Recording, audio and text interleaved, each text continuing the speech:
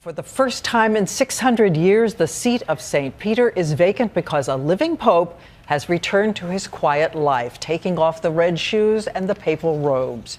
Benedict XVI also took off that papal ring you see on his finger, and tonight it has been scratched with an X across the face so no one else can ever use his papal seal.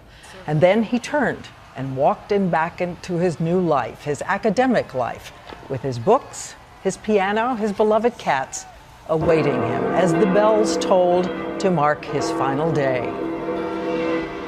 And they are the same bells that filled the air on his first day as Pope 8 years ago. So now it is time for the great debate about a new pope and a new day for the ancient church, and ABC's George Stephanopoulos leads us off in St. Peter's Square tonight. George. Diane, every detail was tightly scripted. Highly conscious of the history he was making, Benedict sent a message with every step, and tonight his robes have been traded in, his guards have stood down. The holy leader who hours ago led more than 1 billion faithful has now become one of them. One by one, they said goodbye. Benedict smiling, reminding the cardinals, among you is the future pope. Then it was time to go. Benedict making the long walk through the vaulted Vatican halls. Cheers, waves, followed by a long, winding ride. The signs of grazie everywhere. The bells of St. Peter's Basilica ringing out as he arrived at the heliport. Then the defender of ancient tradition boarding a helicopter, rising into a brilliant blue sky, rounding St. Peter's and the Colosseum.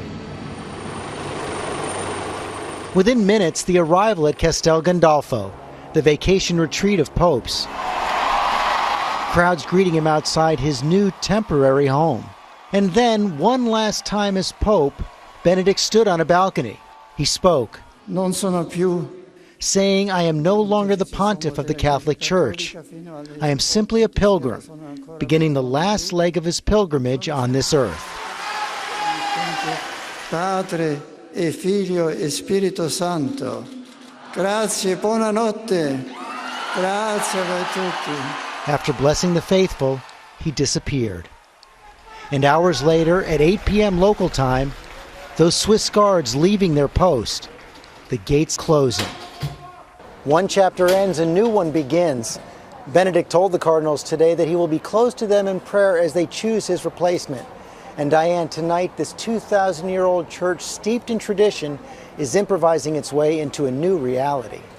All right, George, our thanks to you. And of course, tonight at the Vatican, the papal apartment has been sealed with a red ribbon awaiting a new occupant. And a modern twist, the Pope's Twitter account has a new message, sede vacante, vacant seat.